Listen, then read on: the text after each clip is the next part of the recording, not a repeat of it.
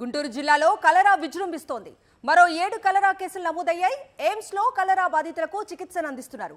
మంత్రి లోకేష్ నియోజకవర్గం మంగళగిరిలో కూడా కలరా కేసులు నమోదయ్యాయి. గుంటూరులో ఇప్పటికే 3 కలరా సోకింది. తెనాలి మండలం అంగలకుదురులో మరొకరికి కలరా సోకింది.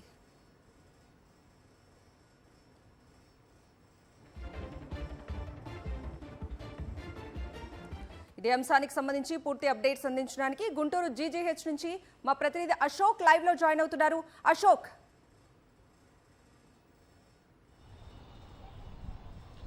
కవిత, గుంటూరు జిల్లాలో కలరాతో పాటు డయేరియా విజృంభిస్తూ ఉంది. దాదాపు సెప్టెంబర్ 17వ తేదీన డయేరియా కేసులు నమోదవుతూ ఉన్నాయి. అప్పటి నుంచి రోజు రోజుకి డయేరియా కేసులు పెరుగుతూ వచ్చాయి. అయితే అధికారులు ఇప్పటి వరకు అసలు ఎందుకు డయేరియా వస్తుంది అనేది ఎవరు దానికి కారణం కనుక్కోలేకపోయారు. విపరీతమైన వాంతులు, విరోచనాలతో అందరూ హాస్పిటల్కి వస్తున్నారు. అయితే గుంటూరు ప్రభుత్వ ఆసుపత్రిలో డయేరియా బాధితుల కోసం ఒక ప్రత్యేకమైన వార్డు కేటాయించారు. అయితే రోజు రోజుకి కేసుల సంఖ్య పెరిగిపోవడంతో ఆ వార్డుల్లో కూడా భారీ స్థాయిలో పేషెంట్లు పెరిగిపోయారు. దీంతో ఎక్కడ ఏ ఏరియాకు సంబంధించిన పిహెచ్సిల్లో ఆ ఏరియా వాళ్ళనే ట్రీట్మెంట్ అందించాలని కలెక్టర్ ఆదేశాలు జారీ చేశారు.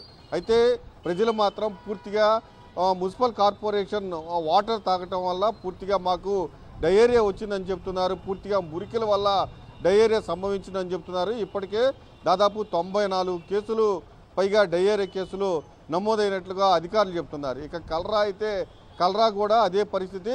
గుంటూరులో 3, అలానే తెనాల్లో 1, నిన్నటి వరకు తెనాలి మండలం అంగలకూతురులో 1, అంటే మొత్తం 4 కేసులు నమోదైనాయి. ఈరోజు మరొక 7 కేసులు నమోదైనాయి. అందులో ప్రధానంగా చూసుకుంటే పొన్నూరు నియోజకవర్గంలో ఇటికెంపాడుకి సంబంధించి 1 కేసు నమోదైంది. అలానే మంగళగిరికి సంబంధించి మంగళగిరి, నవులూరు, పెనుమాక, మంగళగిరి, తాడేపల్లిలో మరొక 4 కేసులు నమోదైనాయి. దాంతోపాటుగా గుంటూరులో మరొక కేసు నమోదైంది.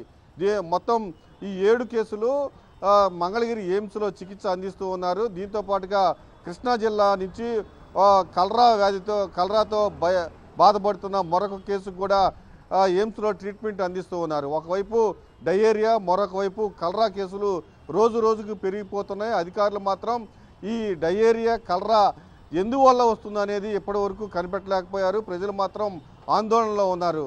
కవిత.